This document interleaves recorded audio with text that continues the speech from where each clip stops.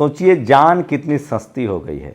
किसी को बुलडोजर चलाकर जला दिया जाता है, कोई मुसलमान है तो गाय के नाम पर उसका अपहरण करके उसको गाड़ी के साथ खाक कर दिया जाता है। और जो आरोपी जिनको बनाया गया है, जो अपने आप को गौ रक्षक कहते हैं, बजरंग दल के नेता कहते हैं, वो पत्रकारों के लिए उपलब्ध है। आज तक का एक पत्रकार उनका इंटरव्यू कर रहा है, लेकिन उनकी गिरफ्तारी नहीं होती है। और आज कुछ जाट गुर्जरों ने थ्रीड लिखा है, मैं चाहता हूं कि मैं उसको सुनाऊं। मैं अब कुछ ना बोलूं। अब मेरी कोशिश है कि जो 5 साल मैंने बोल लिया, मैं लगातार पिछले 5 साल से बोल रहा हूं, और इस देश का 3% मनुवादी मेरे जान के दुश्मन बने हुए हैं, और वही चपरासी से लेकर चीफ जस्टिस हैं, तो वो मुझे रोज़ धमकी देते हैं। मैं उनको रोज़ कहता हूं कि आप मुझे खुला चैलेंज कीजिए, एक जगह तय कीजिए और आप आइए, मैं भी आऊँगा और आप भी आइए, और आप बहस कीजिए कि आप सही हैं या मैं सही हूँ। और रही बात जोर आजमाइश की, हथियार की, मारपीट की, तो वो मैं नहीं करूँगा। मैं बाबा साहब का मानने वाला हूँ, मेरे लिए कलम बहुत बड़ी ताकत है, संविधान बहुत बड़ी ताकत है, कानून पर मुझे भरोसा है। अभी भी ये जानते हुए भी कि चीफ जस्टिस से लेकर चपरासी तक आप ही हैं जो मुझसे नफरत करते हैं, उसके बाद भी मुझे इस देश के संविधान और कानून पर भरोसा है। तो मैं अपने हाथ में कभी संविधान कानून नहीं लूँगा, मैं संविधान पर भरोसा करता हूँ। हाँ, 1 लाख लोगों के सामने भी आप बुलाएंगे ना, तो मैं बहस करने के लिए आ सकता हूँ आपसे। बाकी आपकी मर्जी, आप चाहना तो मार देना, ये आप करते आए हैं, आपका इतिहास है कि भीड़ बनकर आप हमला करते हैं। लेकिन कब तक? आप तभी तक हमला कर रहे हैं जब तक जिन पर आप हमला कर रहे हैं वो समाज सो रहा है। अभी तो 75 साल हुआ है हमें स्कूल कॉलेज के दरवाजे खुले हुए हमारे लिए। आप कल्पना कीजिए कि आज चंद्रशेखर राय, स्वामी प्रसाद मौर्य, राजेंद्र पाल गौतम जैसे लोग बोलने लगे हैं। 25 साल और बीत जाने दीजिए, जब हर बच्चा स्कूल कॉलेज पहुंच जाएगा ना, तो वो सवाल पूछेगा आपसे कि गुलाम तुम भी थे, गुलाम हम भी थे, ज़मीन तुम्हारे पास कैसे आ गई? मुगलों के गुलाम तुम भी थे, अंग्रेज़ों के गुलाम तुम भी थे, हम भी थे, सारे स्कूल के एजुकेशन तुम्हारे पास कैसे आ गए? और सारे धर्म ग्रंथों में कहीं हिंदू क्यों नहीं लिखा? सबको शूद्र और अछूत क्यों बनाया? और चाहे जाट हो, पटेल हो, गुर्जर हो, मराठा हो, राजपूत हो, ठाकुर हो, वैश्य हो, बनिया हो, कायस्थ हो, ये सब सुप्रीम कोर्ट में क्यों नहीं है? मीडिया में क्यों नहीं है? जुडिशियरी में क्यों नहीं है? ब्यूरोक्रेसी में क्यों नहीं है? तो ये सवाल आपसे पूछे जाएंगे। कब तक आप अपने पापों को छुपा पाएंगे? कब तक कितने लोग की आप हत्या करेंगे? तो मैं इसीलिए कह रहा हूं कि ये समय है, सबको संवैधानिक तरीके से अपनी आवाज़ उठानी है, बोलना है। तो वो एक एक पोस्ट सुनिए, 2-3 थ्रेड पढ़िए, थोड़ा लंबा होगा लेकिन अच्छा है। बीजेपी के नेता देश को हिंदू राष्ट्र बनाए की मांग का समर्थन कर रहे हैं या फिर धार्मिक मुद्दों पर लगातार बयान दे रहे हैं? उन्हीं पार्टी के राष्ट्रीय अध्यक्ष जेपी नड्डा ने ऐसा करने से मना किया है। बीजेपी सांसदों की ऑनलाइन बैठक में फैसला हुआ है। सोचिए, डर सबको लगता है, गला सबका सूखता है।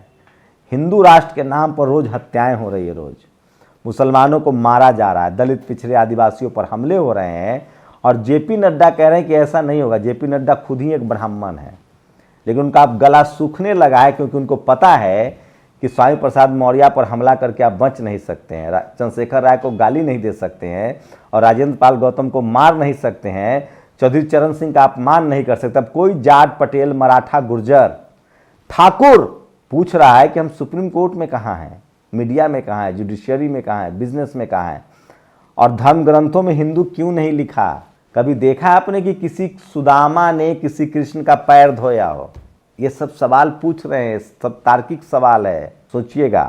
तो इसलिए बीजेपी का गला सूखने लगा है, और अब उसको लगता है ये अब चलने वाला नहीं है धर्म की राजनीति। तब वो अब दलित, पिछड़े, आदिवासियों की बात करेगा। देखते हैं क्या होता है।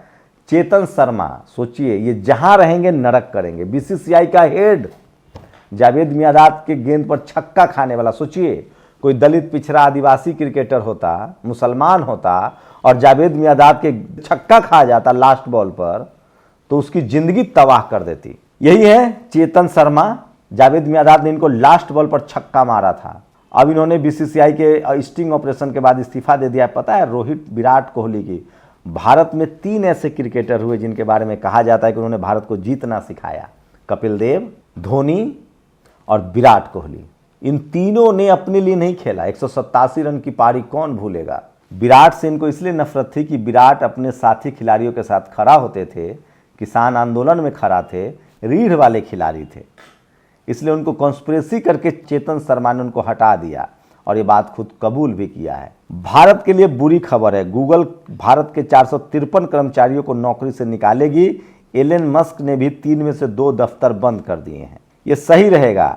जाति रोली तिवारी मिश्रा कह रही हैं कि जो कानपुर देहात में जो 2 ब्राह्मण समाज की महिलाओं की हत्या हुई है, हत्या कहता हूं मैं उसको, वो गरीब हैं और वो फोटो लगा रही है टीना डाबी, द्रौपदी मुर्मू जो राष्ट्रपति है महामहिम, और ऊपर फोटो लगा रही है 2 ब्राह्मण समाज की। मैं आपको बता दूं कि कानपुर देहात में जो दोनों लोग मरी हैं वो गरीब नहीं थी, उनका मकान था छत का गांव में अपनी ज़मीन पर, वो इस सरकारी ज़मीन पर उनकी नज़र थी, कब्जा करना चाहती थी। उनका बेटा बजरंग दल का सहसंयोजक था और वो कई बार अपने भीड़ के साथ प्रदर्शन कर चुका था, इसलिए अधिकारी जो हैं वो उस घर को हटाना चाहते थे। मैं अभी भी कह रहा हूँ, मैं बुलडोजर के खिलाफ हूँ, पहले दिन से खिलाफ हूँ, एनकाउंटर के खिलाफ हूँ, पहले दिन से खिलाफ हूँ, लेकिन ये तमाम लोग, ब्राह्मण पत्रकार, ब्राह्मण जज, ब्राह्मण मीडिया, ब्राह्मण जुडिशरी, ब्राह्मण समाज तब बोलने लगा है खिलाफ में जब उन पर बारी आई है। आज कर्पूरी ठाकुर की पुण्यतिथि है। ये आरक्षण कहाँ से आई, कर्पूरिया की डैश डैश डैश, मैं बोल नहीं सकता हूँ। इस देश में कितने बहुजनों को प्रताड़ित किया गया। और ये देखिए, ये है मोनू मानेसर। मोनू मानेसर की 3 तस्वीरें देखिए। ये गौ रक्षक हैं, गाय माता की सेवा करते हैं। इन पर आरोप है कि इन्होंने 2 मुसलमान युवकों को गाड़ी में फूंक दिया है। ये आज तक से बात कर रहे थे कि इनका कोई लेना देना नहीं है, लेकिन सोचिए ये उपलब्ध हैं, लेकिन इन्वेस्टिगेशन, जिनके साथ इनकी तस्वीरें हैं, आपको लगता है कि इन्वेस्टिगेशन होगा? मुझे लगता है कि होना चाहिए। मुझे भारत के संविधान पर पता है।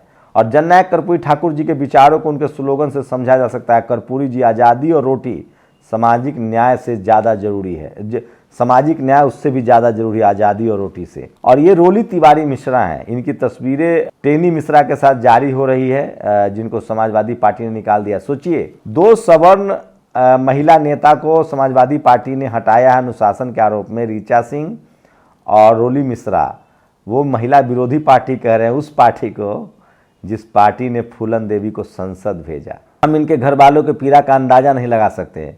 हमें नहीं पता कि किन परिस्थितियों में लोग खुदकुशी के लिए विवश होंगे। बीजेपी की सरकारें हर मोर्चे पर विफल हैं।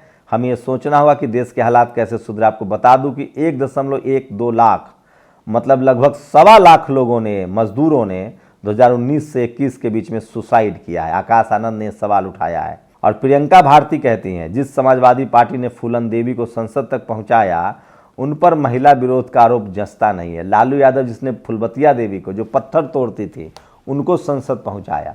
हरियाणा के भिवानी में 2 युवकों जुनैद और नासिर को गौ आतंकियों द्वारा जिंदा जला देने की घटना पर पुलिस हरियाणा की चुप्पी शर्मनाक है। राजस्थान निवासी इन दोनों युवकों के पीड़ितों परिवार से संपर्क करके इंसाफ की लड़ाई में पूरी मदद करूंगा। और वारदात के समय साथियों के साथ गुरुग्राम के एक होटल में होने का किया दावा। मोनू मानेसर का है विवादों से गहरा नाता। जुनैद नासिर हत्याकांड का आरोपी मोनू मानेसर हुआ भूमिगत, तलाश में जुटी है पुलिस। सब दूध का दूध और पानी का पानी हो जाएगा। उनका मोबाइल ट्रेस आउट कर लीजिए। और राजस्थान के जुनैद और नासिर को अगवा किया गया और जिंदा जला दिया गया। आरोप बजरंग दल के कार्यकर्ता पर है। अजीत अंजुम ने ट्वीट किया है सवाल। और ये देखिए, बजरंग दल एवं CIA पर अपहरण एवं हत्या का आरोप, मामला गौ तस्करी से जुड़े होने का संदेह है।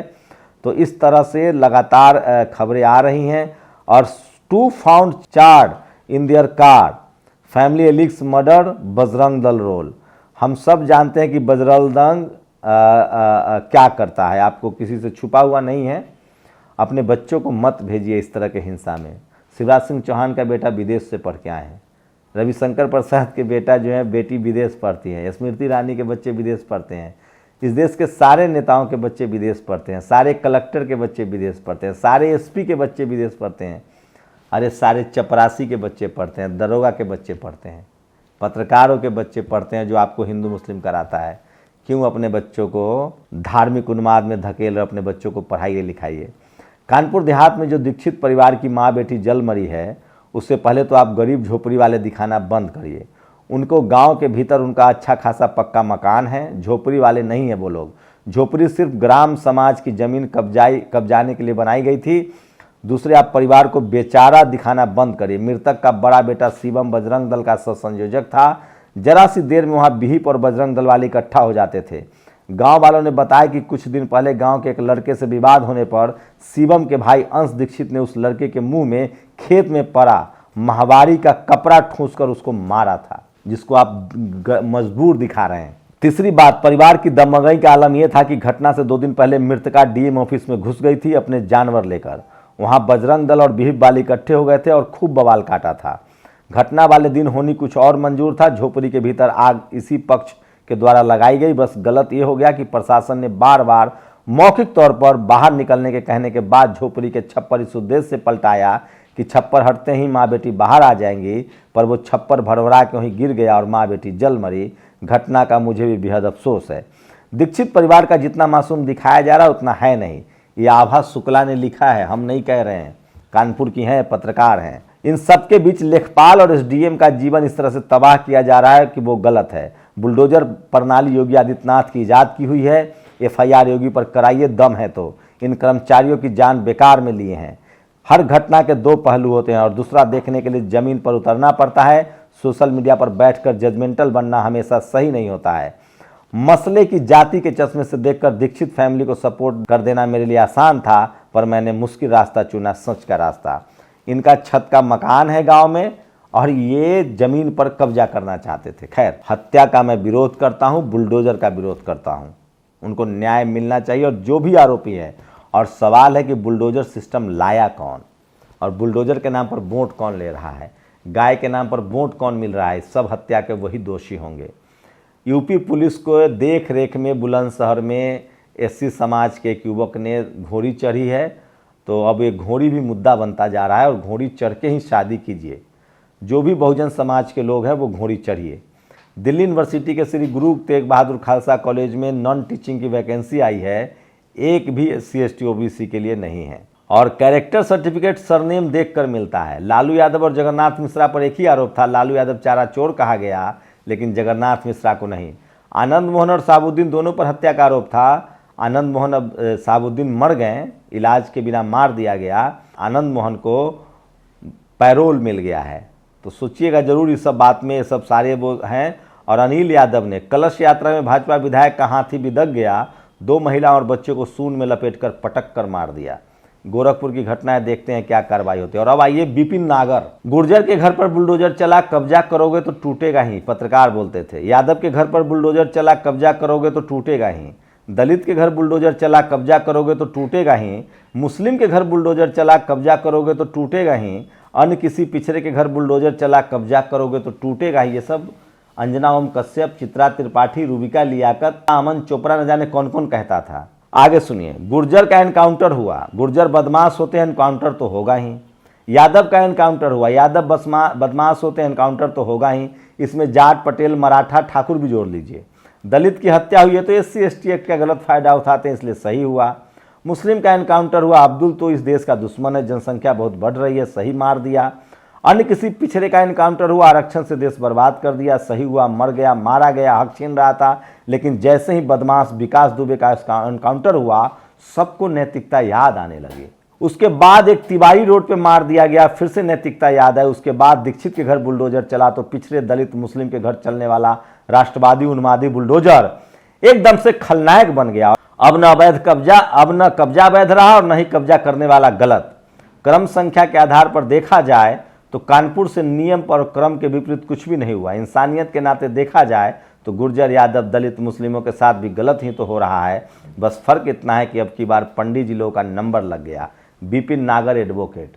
मैं फिर कह रहा हूं, अब जाट, पटेल, मराठा, गुर्जर, कुर्मी, कोयरी, कुशवाहा सब समझने लगे हैं कि उनका हक कौन खा रहा है। यह है सोशल मीडिया की ताकत।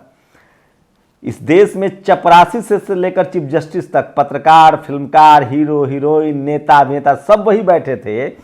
वही उन्होंने ही सारे धर्म ग्रंथ लिखे, उसमें भी आपको नीच कह दिया।